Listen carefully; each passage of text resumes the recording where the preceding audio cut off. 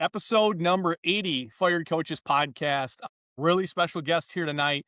We have Coach Dave Pilipovich, who has been at the Division I level for, well, I guess between Division II and Division I, but mainly Division I for nearly 40 years. Played Division III basketball at Teal College.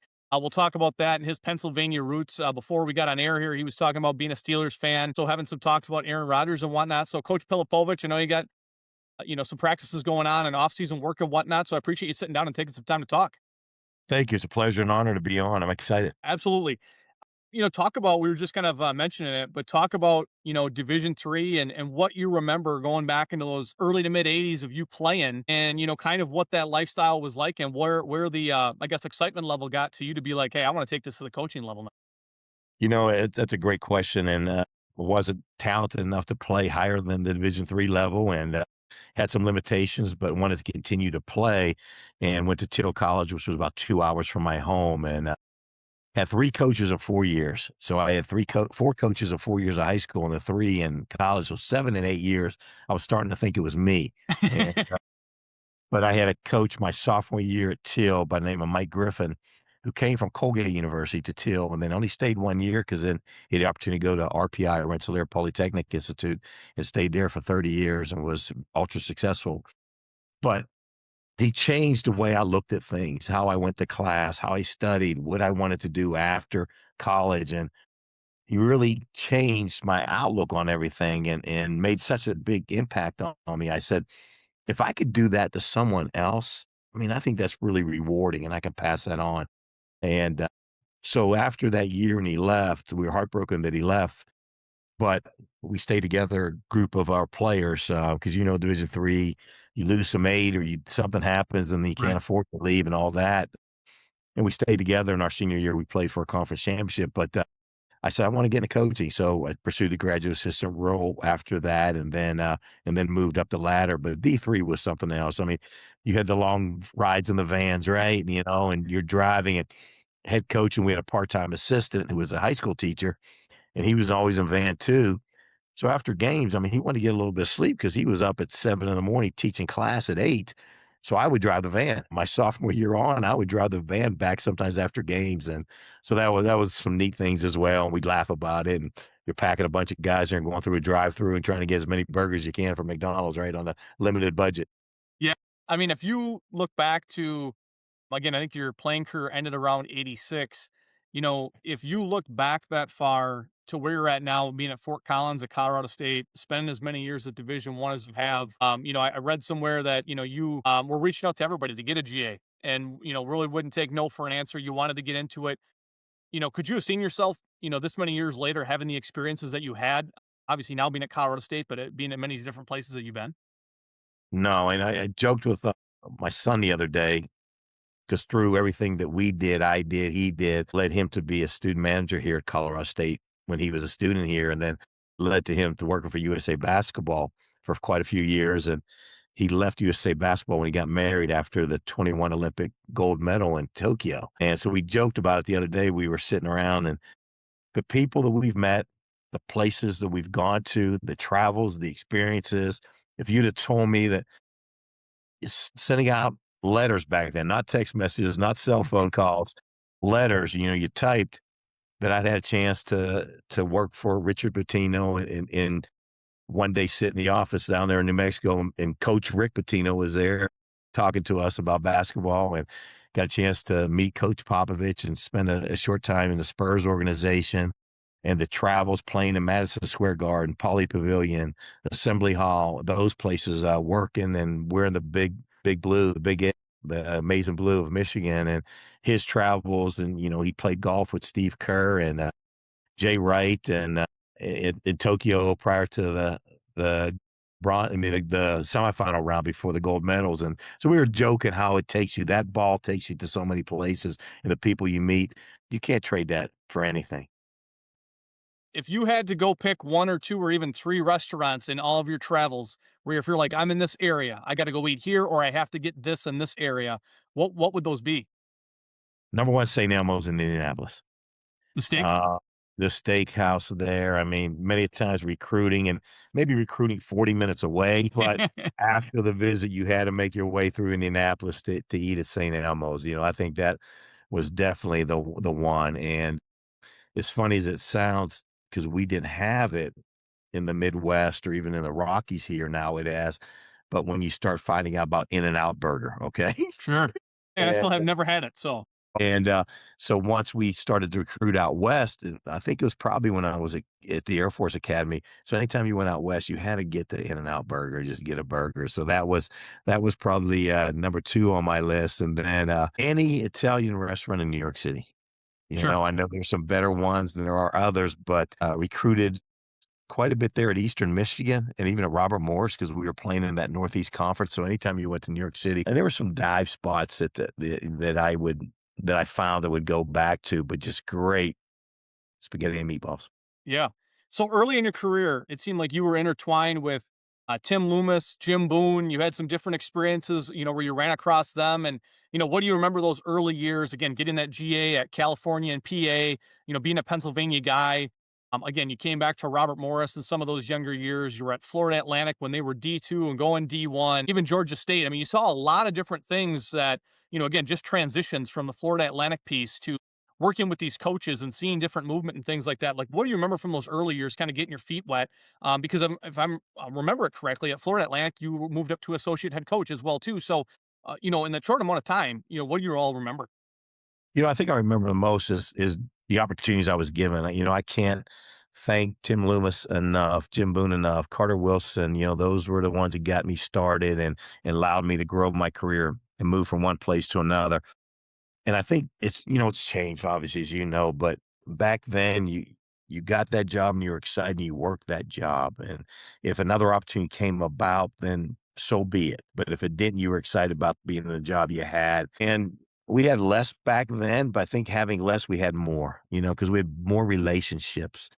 We had players who stayed 4 years and played. Get coaching staffs that really sacrificed a lot together, spent so much time together, and stayed on staffs longer than we have now. So those experiences, and then learning how to recruit, learning how to be organized in practice, prior to practice, your teaching abilities, your scouting abilities, those were entrenched to me early on by those guys. And I think we've lost a little bit of that because we have so much technology now. We have so many more people on staff that can put it together for you. And then now you just maybe have to present it. Back then you had to do it all. And I wouldn't trade that in for anything. What What do you remember from? I believe it was your first year. Correct me if I'm wrong. When you get into coaching and you guys went to the Sweet 16 in Division II, or one of the early years, one of your first Yeah. years within coaching. And then I think it was 37 years later when you went to the NCAA tournament with New Mexico. And again, I saw an interview where you're like, I thought we were going to be doing this all the time, right? Like this is coaching and you get into it. And I think, right, like there's people that, go coaching careers without maybe getting that opportunity. Just, talk about again, seeing one side of it at such a young age to then, how meaningful that was 37 years later in New Mexico. You're exactly right because my first year, we went to the conference championship, and we had a really good team, and we missed out on the NCAA tournament by losing the championship game. Next year, we win the conference regular season and tournament, go on, and we beat a Coach John Beeline team at Lemoyne College in the first round and get to the Sweet 16. And I said, wow, this is kind of going to be the norm.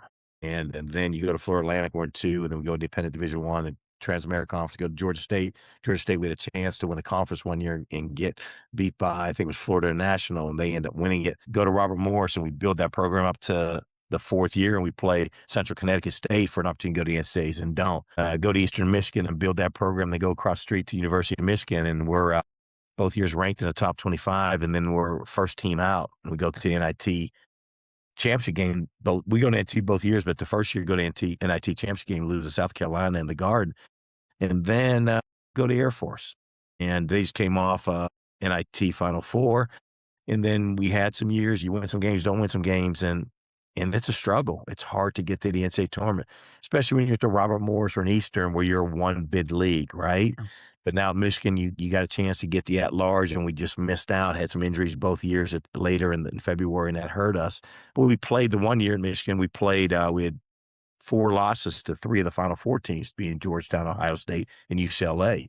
So we played some really good opponents, just came up a little short. And then the Air Force, you go through the years, and man, you don't get there. And you're getting older and you're deciding, and I take that year after I left Air Force and spent in San Antonio, then went to Austin and enjoyed that, the G League experience, the San Antonio experience. And there's no academics, there's no recruiting, there's no phone calls late at night, kids in the dorm, whatever it may be. But then, the hunger was, I'd love to get to one NCAA tournament, and so I had the opportunity to go back to with Richard Pitino, Coach Pitino at New Mexico. We go in that first year, and next years we go to the NCAA tournament and finally make it that year and just look back because we cut down the nets in Las Vegas and win, and they put the podium up and everything, and I just kind of went in the background and just absorbed it all. And I said, wow, this is neat. I think it was worth the wait, Yeah. but it's been a long time. And then you Well, that and taste. I want to cut you off there because it's Yeah, interesting because I feel like, again, and obviously you're telling your story and what you saw over that time frame, but I feel like so many people, I only got to experience it one time at the Division III level. And I feel like it's so many times it's so sped up, right? Like, let's get this done, yeah, let's get this. And there's never, and then again, I think it's just that you think it's going to happen again sooner than you think later, yeah. and nothing's guaranteed, right? No, and, I always referred back because some coaches I worked with would reference Dan Marino, being a Pittsburgh guy, played at Central Catholic High School and University of Pittsburgh, and then goes to, Miami Dolphins. His rookie season, because of an injury, he takes over, I think, 4th game of the season, and he leads them to the Super Bowl, and they lose. And the post-game interview was, here's a young rookie quarterback, had a heck of an arm, as you know, and, he said, "We'll be back." He said, "I'm excited, disappointed in the loss, but we'll be back and we're gonna win." 18 years in NFL, never got back. Yeah. So it's not a And guarantee. never really got Yeah. close after that. No, no, and it set how many records, and was a Hall of Famer, first ballot, and you're just not guaranteed that opportunity to get there. So I think you've gotta welcome it, appreciate it, and cherish it, but you get hungry once you get it. You wanna do it again. Yeah. And we were fortunate in Mexico to go back the following year, won a first-round game, and got to play, Michigan State, a chance to go to the Sweet 16, which was pretty neat. Now you've talked a few times here since we got started about, phone calls and technology in the early years. I mean, take us back to, early mid 90s when you were in coaching. I mean, what were kind of those off seasons like where you're in it now? And obviously, contact rules have changed and everything like that. But from a recruiting standpoint, were you able to more disconnect and maybe get away a little bit more as opposed to just, again, with technology and the way it is in today's world of how connected everything is? I think you were and you weren't. I think you were because everyone didn't have access to you so easily, right? And you couldn't do that as well. But I think back then, that's when, as a young assistant, you worked basketball camps in the summer to gain contacts through other coaches, to how to teach and learn the teaching in the game, but also to gain contacts through recruiting. Because when you work those camps and clinics, a lot of high school coaches from those areas would work those camps, local high school. So you developed your network per se. So there was many summers where you worked 6 to 8 basketball camps. So you're from June to July and early August, you're going from one Western University, Duquesne, Pitt, Georgetown, Maryland. You're working all those camps, 5-star Metro Index and Poconos. You're trying to just gain knowledge of seeing players, getting to know coaches, and that you're worn out. Yeah. So it was a But different kind of yeah, busy. Yeah. it was a different kind of busy, but those relationships that you met were unbelievable and really helped you along the way. Were you able to, again, not to stay, looking way back in your career, but were you able during that time, do you feel like able to develop some relationships where, again, just by the way, like you were talking about technology wise and being able to connect with anybody whenever, were you able to develop some relationships where it's like, hey, I know not a lot of people are really connected to this guy. Like he's got this kid coming up. Like I'm going to get him, or I'm going to be at for sure like one of the two teams that's going to be able to get in just because we have such a strong relationship that way. No doubt. Many of high school coaches in Ohio, because worked through camps through those areas, and you had those relationships with those coaches, and they would call you early. "I've got this kid. I think he fits your level. Come see him." So you developed those relationships early and had a chance to recruit players and sign players from those programs. And without had the opportunity to work those camps and develop those relationships, would have never happened. Yeah. So you were talking about Robert Morris getting back there in terms of Pennsylvania. With Coach Boone at Eastern Michigan, you're talking about building those programs there. I think that was close to almost 10 years together there, or somewhere in that time frame.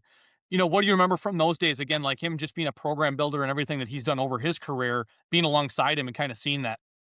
I say this, I jokingly say this, but there's a lot of meaning behind it. Throughout the places I've been and would hire a young person, possibly as a director of ops or a video coordinator, and I would say to them, I'm doing you an injustice. Your first year in college basketball, you should work for Jim Boone. And then I should inherit you after that because I will have a much better person that understands coaching. I think he's unbelievable as far as detail oriented. I think his opportunity to take young coaches and throw a lot at them and hold them accountable and teach them from the ground up of what to do, how to do it, and do it the right way. And I just think those years with him, because I started as a GA with him, Tim hired me, Loomis, and went to Penn State. Jim kept me on, and then I got Tim back. So those years together with those guys set the foundation. And I look back today on how I do things. And if it wasn't for those guys, I wouldn't know what I don't know. And so I really appreciate that. And I think those two were great at building programs and setting the tone for young coaches getting started in the business. It's interesting because I feel like in some ways, and I'm not speaking, globally, like this is a huge issue, but I feel like there's so much miss where it's not developing the people that you bring in, right? Like no different than your players, Yeah. right? Like Yeah. staff All members right. and things like that. And I remember, it was kind of the infancy of Twitter. It was the early 2010s and being in coaching. And I just remember Jim Boone would always show up on my algorithm. I never Yeah. knew Yeah. why Yeah. or who he was, because I just got into coaching, in 2008. So, but I quickly learned, like you just saw all the Yep. stuff he had and how everything was so detailed and remind me of like a Don Meyer and different things like Yep. that. So, you're with him those 2 years and you coach John Bowler, who was on episode 61 here at Eastern. I've read somewhere where you made that next step at Michigan with Tommy Amaker and you talked about the NIT runs that first year, losing in the NIT championship. I read somewhere that you said, how different of an experience it was for you because of funding and facilities and, again, getting into the Big Ten, like obviously going more so to the Midwest for you. Obviously had to be a pretty big culture shock per se, even though you had been in it for quite a bit at that point. No doubt. And I was very fortunate to be on Coach Amaker's staff and an unbelievable coach. But as good as a coach he is, an unbelievable person, even better person. And I think the way he treated players and staff and everyone in the facility and around the program in and out taught me when I had the opportunity to be a head coach to do it that way. And he was just, I think, the best of that. And he always said it comes back from his days at Duke with Coach K. But, and then his organization and his preparation for games. And I don't think anybody was better preparation for playing the big game as he was. And how many times we beat a team that maybe, the Illinois ranked 8th in the country that year, they go to the championship game. And the the Michigan State teams who were really good at those days, the Ohio State teams, and walking into their arenas and upset and winning games. It was just an unbelievable, and I take that and took that with me along the way. So you learn from everybody, but he was really good, and he's still very good at that. We'll talk about obviously Air Force and New Mexico and Colorado State and everything, but again, kind of going back and looking back in time, being a PA guy, and you've been in Mountain West for a long time now. What makes that Mountain West League so great and just something that you've enjoyed so much over the years? I think the level of basketball in the Mountain West has always been very, very good. Sometimes maybe underrated just because of where we're located. A lot of times our games are, Late games, sure. the only people out east are watching it are friends of family and degenerate gamblers sometimes, right?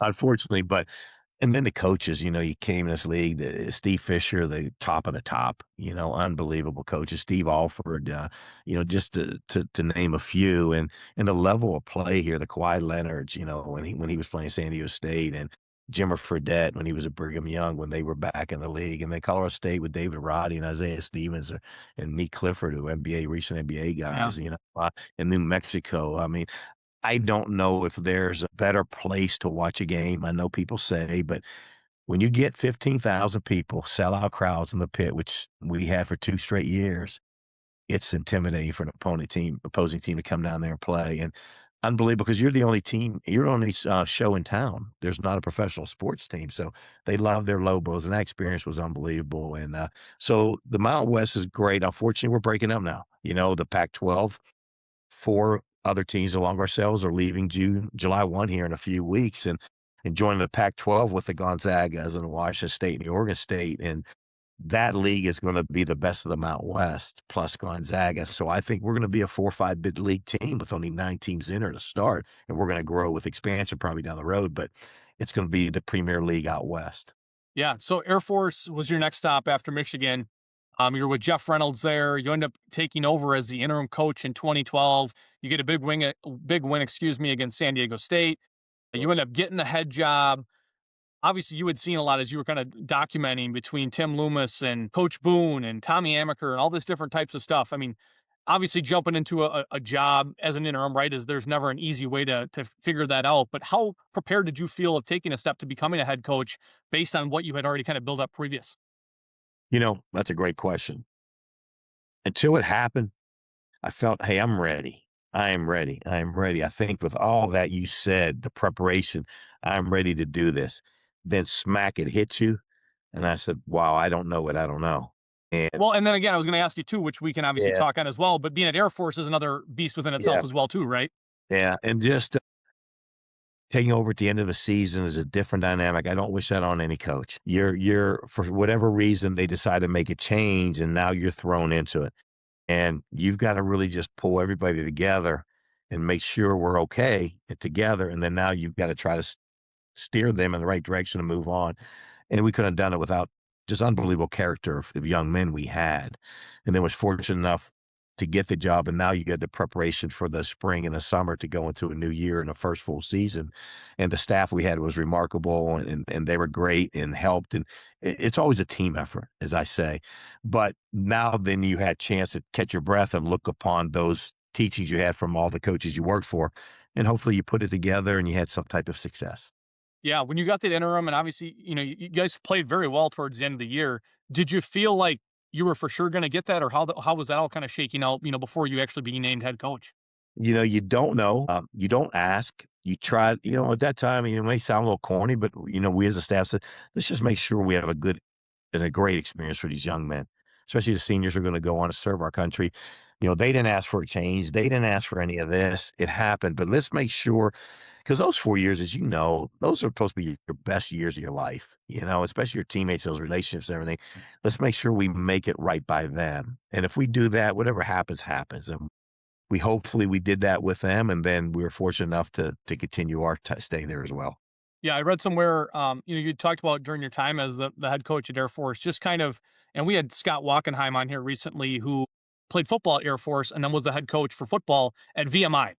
So, he had kind of similar experiences of working at an academy and things like that. And, you had mentioned something about with military assignments coming out like 100 days before graduation. And just like, I always, think back the closest thing I can do is when you're coaching guys and they break up with their girlfriend late in the year and you're having a good team, right? And all of a sudden their emotions are all over. And this is a lot different, obviously, but just talk about some of those constraints that people maybe didn't see from the outside of just like what was different being at a military institution like that. No, you're exactly right. I mean, first of all, respect all the young men and women who attend our military academies and serve our country. I mean, applause to them for what they do, how they do it. Just a different breed of people, and very fortunate to be a part of their lives at the Air Force Academy. We were there, but the 100 night, it was 100 days to graduation, and you put down 3 areas of interest where you would like to work in the country, and then your career field, but it's all based on your GPA, so it's a Oh, ranking system. So if you're obviously at the top of the chain there, GPA, you're probably gonna get maybe number 1 or at least number 2. If you're at the bottom, you're probably not gonna get any of the 3.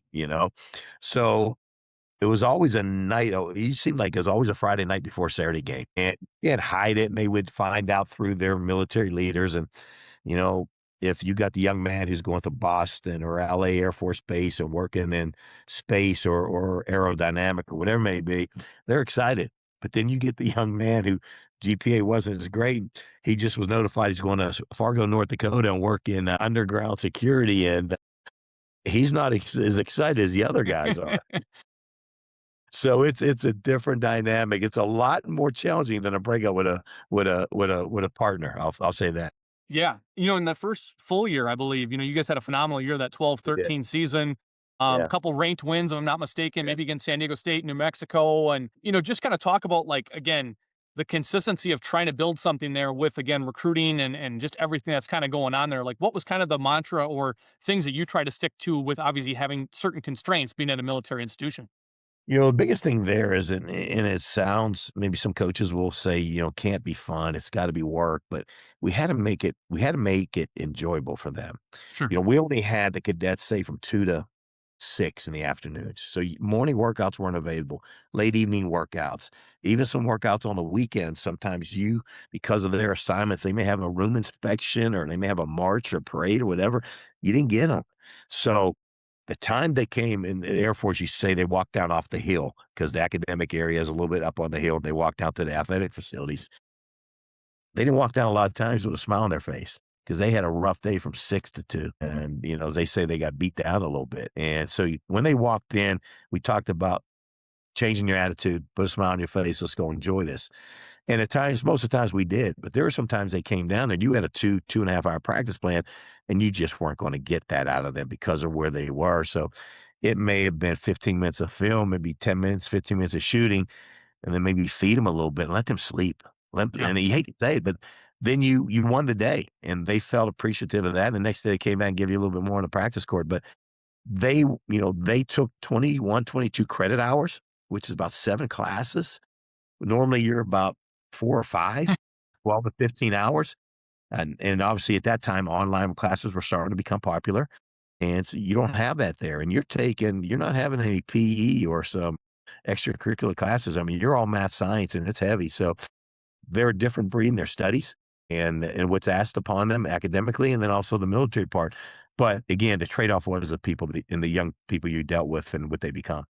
How much better of a coach did that make you, almost where as much structure that they had in their life, you almost had to have some flexibility and be, I don't want to say creative, but you had to be more of like, hey, maybe they need less, maybe they need more, as you're talking about with whether it was fun or letting them go earlier and getting to bed. Like, how much of a better coach did that just challenge you and make you?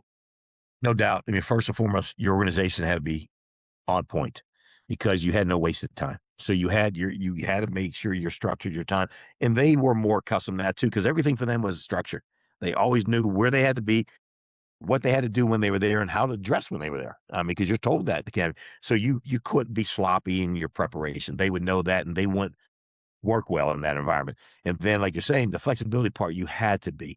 You had to have a better pulse of where they were mentally and physically so you could adjust and bring the best together so they could perform the best together and we can grow as a team. Ed DeChellis was the head coach at the Naval Academy at the time, and he said this to me, and it stuck every day. He said, "Dave, there's only so much tread on the tire, and you may want to go an extra 15 minutes of practice. You may want to go an extra session of film, or you may want to bring some guys in right after practice and work them out an extra 20 minutes on the court." And he would say, "You can't beat them down. You can't beat them down. Less is more. And remember, there's only so much tread on the tire." And that all really hit me. And I always would listen to that in the voice of my head and say, "Okay, that's enough. We're good." Yeah, no, I think there's a lot of truth, a lot of life motto in that. I Yep. mean, because how many times you think, I mean, right? It doesn't matter where you're at practicing wise, but things aren't going well, and you're like, we're just going to go harder, we're going to go Right, longer, right. we're going to, and Yeah, again, like, where are you really getting out of it? But true. you know that the 2019 20 season, at the end of it, you were let go. Yeah. What do you remember again, just emotions wise? Obviously, again, a fire coach's podcast, right? Like, not ideal losing a job and things like that. But what do you remember about just kind of the finality of all that at Air Force? No, it's great. I knew prior to that season because we just had a changeover in athletic administration. My 9 years there, 8+ as the head coach, was there. We had 5 ADs. So that was hard to keep adjusting to their administrative style. We had a new AD came in the year prior, and so he said we had to meet certain expectations or probably was going to make a change. And at that point, I wish I would have done things differently because I put too much pressure on myself. Every missed field goal, every missed layup, every missed free throw, if it led to a loss, you're keeping track. Are we going to achieve those goals to stay? And I felt bad for our players and staff. I would have done things totally different now as I stepped away from it and got a chance to evaluate myself as a situation. So I probably didn't handle it as well, and that probably showed in our play at times maybe, or maybe in the tightness of our players at times in different games. But as that year went through, we had some highs and we had some lows, and we lost some games early. We had some injuries because we came off a team the year before. We brought everybody back where we finished 8-10 in the Mountain West, one of the better years in the history of Air Force basketball. And we were a 6 seed going into the tournament, and had some success and beat some teams that we never beat on the road. And they had some, so bringing all those guys back, we're thinking, hey, we got a chance. But the academy had some other challenges for them too as they entered their senior year, and we didn't probably achieve what we thought we would achieve. And then we get to the Mountain West tournament, and that year, I think it was 4 years, the Mountain West in Las Vegas, the tournament moved the season up 1 week because there was a big trade show that came in Las Vegas and the hotel availability was not there. So just my luck or bad luck was that was the year they did. So if we would have played in the normal Mountain West year, we would have never played our conference tournament. COVID hits, you're probably still there. Right. I think Jeff Goodman, who hit me right afterwards, he said, "You're bad luck. They moved the tournament up a week, or you should probably still be coaching." But so we play that first round game against Fresno State, and we win. So we move on to play the number 1 seed in the Mountain West, which was, I think, San Diego State was ranked number 2 in the country at the time, or 3. I think Dayton was 2. They were 3. Unbelievable team, and probably would have maybe even better team than the team that played for the national championship a couple years later. But we play them, and we're leading at halftime in Las Vegas. And as you exit, the head coach leading at halftime gets interviewed walking off the court. And then the coach who's behind at halftime gets comments prior to the second half. And jokingly, I walked off the court and they grabbed me and I says, because I was chair of the head coaches in the Mountain West for 5 years. And I said, I've been fighting for this for some time now. I said, I talked about us playing a 20-minute game in the Mountain West tournament. And if we would have that, we'd be walking off and advancing, jokingly. And we came out, played really hard and well in the second half. They were just a much better team. And then that was on a Friday, I think it was. And then Saturday, Sunday, the Monday, obviously knew what was coming and that happened. And then Wednesday, the world shut down. Yeah. So the timing was funny, So was there's a a lot. lot of things going on, and you're worried about the players and who's gonna stay and not stay. You're worried about your coaches, where can they move on and continue their careers, and because they invest so much time. So, selfishly, you're thinking about everyone else, or unselfishly, and wish it could have ended differently, but I think we all grew from that, and we all moved on to other things and still coaching pretty much everyone, or one got into financial planning, is doing very well and successful with his family and his career. So I think it's worked out, though, for everybody. Yeah, I love that. We actually, the previous guest I had on, I was talking to Scott Brisson, who coaches, he's an analyst for the football team at UCLA. And he was talking about, being let go at, at Lehigh as an offensive coordinator and looking back and reflecting, right? And I think that there's so many people that don't take the time to do that because there's just so much going on. You're like, well, I'll be better. I'll tweak something here, but never take the time to look back. So I appreciate that reflection. But I know I think it was Eastern Michigan with Coach Boone and Michigan with Tommy Amaker, Air Force. You've seen it at New Mexico with Paul Weir. I think Dan McHale was on staff there. Yeah. You know, Not to say that I understand things don't get easier, but is there any point where it's like, okay, I've been in this career. Like, I mean, you look at every coach I've talked about before, how Dusty May and Dan Hurley have been on staffs that have been fired before. They weren't the head coach, but they were on Right. staffs that let go. I mean, is there any point of it where you're just like, I know this is a thing, and if it happens, like it happens, and I'm just going to keep moving on? As you said, how many coaches can you name that have not been fired? It's almost like, I Good. think with all the Yeah. apps nowadays, it's like if you could come up with an app of like take out the Yeah. people, because when I looked that up during the national title game, and I'm like, yeah, I can't remember where Dusty May was at. I want to say it was somewhere in Louisiana Tech, I think it was, Yeah. because Mike White ended up retaining him then, but he was on the staff that was let go, and then Danny Hurley was at Rutgers, and it's just like, yeah, it's like everybody, it happens to everybody, but I think people see these coaches. You get to a national title game, and they're like, oh my gosh, this guy, that would have never happened to him, and it's like, well, actually, I know. No, you're exactly right. And Dusty came into Eastern Michigan when I left and went to Michigan. So we met. That's when I first met Dusty back then, and you're right. It's our daughter was at our place about a couple weeks ago. She joked about, she's 30 now. She joked about every spring she would come to the dinner table one night and say, do we have to move again? As I say, sometimes you move because you want to move, and sometimes you move because you got to move, right? right. But if you don't have an ultra supportive wife and your children are bought into it, because you miss so many things, the dance recitals, the little league games, birthdays at times, class recitals, if they're not part of your program and enjoy meeting the players and being in the gym and going on the trips with you, and your wife is ultra supportive, having staff over, players over for dinner, it's not going to work. and there was 4 of us, I think, at the same time who came up as GAs, and the other 3 were divorced within 18 months or 2 years, and not because they were bad people, it was spouses didn't realize they're part of the job too. Yeah. Some days are good days and some days are not so good days, or you're not gonna always be in the same neighborhood as mom and dad and relatives, if you wanna continue in this business, so it's challenging. I admire all the coaches who do it and the families, but I admire the wives and the kids a lot more. Oh, that's a great point. You mentioned really early on about being part of the Spurs organization, the Austin Toros, and the G League, and you really said you like that because obviously it was all basketball. What do you remember just about? You talked about Coach Popovich and things like that, but just about your experience with the G League. You know, the talent. I mean, now when you come back to collegiate level and everybody thinks they're gonna be an NBA guy, right? Which is not bad. The talent level in the G League and those guys, majority of them never get an opportunity to put an NBA franchise jersey on, right? And play in an NBA arena. Some do, but most of them don't. They're unbelievably talented.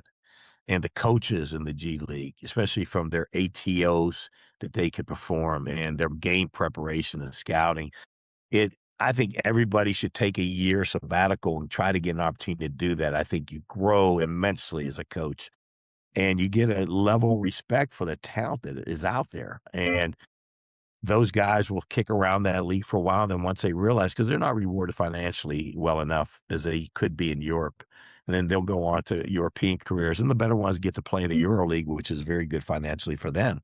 But admire the coaches, the video coordinators, the player development guys. They're so talented. And then the level of play was unbelievable. You know, since Air Force, you've had opportunities again. We were just talking G League. You've been a special assistant, where you've kind of taken a role back from being the head coach per se, which again, being the head coach, right? There's a lot of media duties and alumni functions, and obviously nowadays fundraising and everything else that's included. What's it been like to where you got to a point where you were a head coach and now you've kind of got to see some of these different experiences, where now you're kind of the older one in the chair being the assistant coach at Colorado State now with Coach Ali Farouk Manesh and just, what kind of I guess, lens has changed from your standpoint where it's like, hey, I was a head coach, I got a chance to run my program, but now I'm able to offer all these insights from seeing that, climbing the ladder, getting to that point, and now being, right in the chair of helping this guy out. I think you really realize it's never as bad as you think it is. It's never as good as you think it is. Staying a little bit more even keel and level headed, Sure. not as emotional as you were, maybe as a head coach, as a turnover or a missed assignment or whatever it may be, and more caring and more opportunities to put an arm around a guy.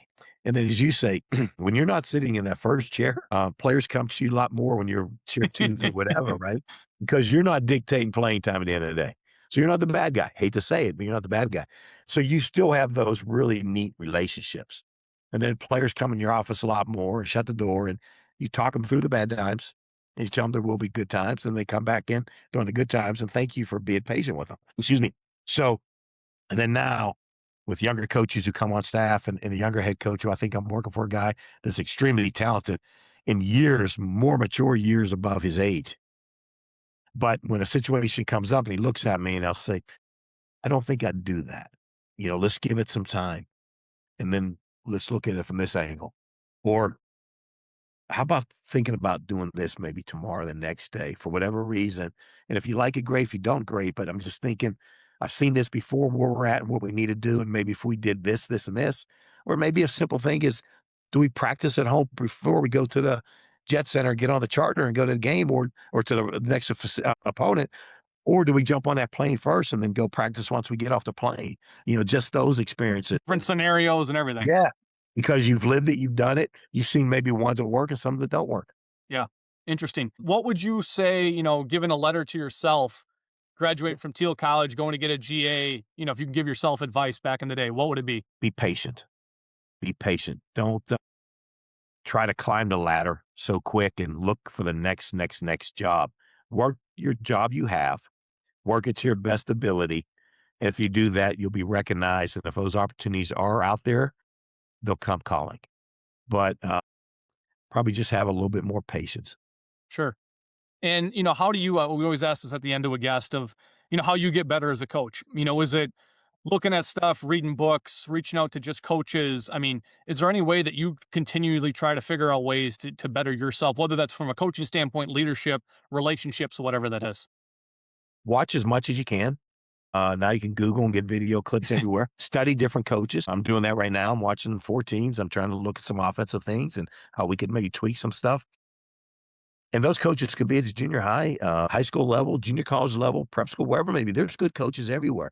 Female coaches. I've become a fan of the WNBA, and as I said, our son worked with USA Basketball, so watched so many USA men's team practices, but also snuck in and watched some of the women as they prepared for some Olympic games. And you can always learn and find something, and never walk into a practice or a meeting. And I joke with the young guys, without a paper and a pen, a pad and a pen.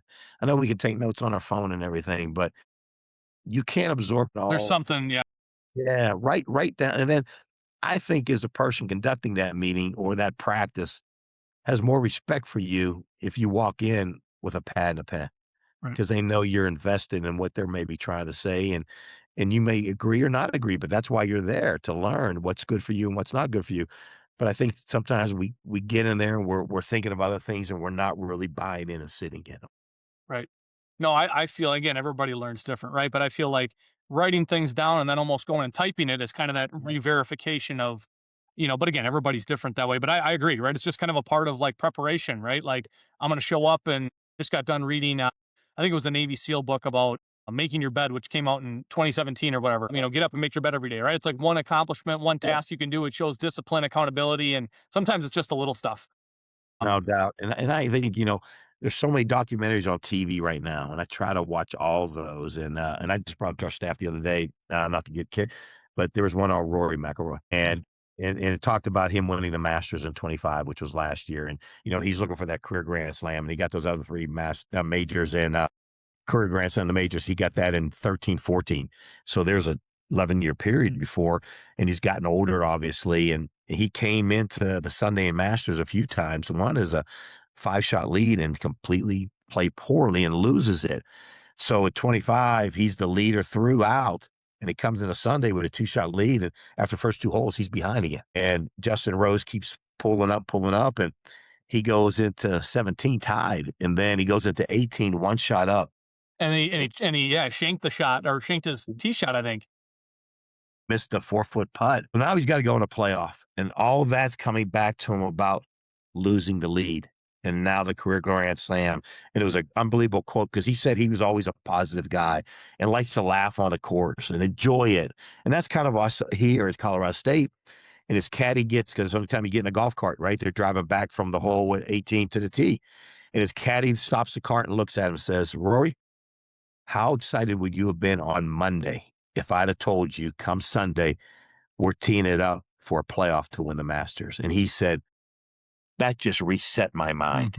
And he said, he took me from a dark place and put me back to my happy place and my confidence. He went to the first playoff hole. yep. Just those little things like that. And those are, so I said, sometimes putting your arm around a kid instead of maybe chewing him out, but putting your arm around a kid maybe brings him back the next day better. Yep. But if you chew him out, maybe it sends him spiraling down and you may never recover. So think about those things. No, for sure. That's a great point, and I didn't know that about that story because I remember him going to the playoff and winning. Yeah.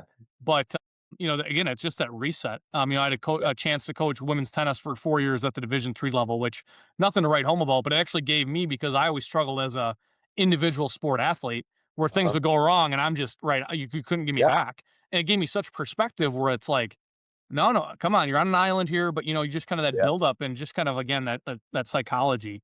Well, Coach Pilipovich, I can't honestly thank you enough taking time. I know you're busy getting back in the gym with the guys, but sincerely appreciate you sitting down, telling your story. Like I said, I think before we got on air, just all the different connections that of people that that symmetry ran through and how small the basketball world really is once you get into it.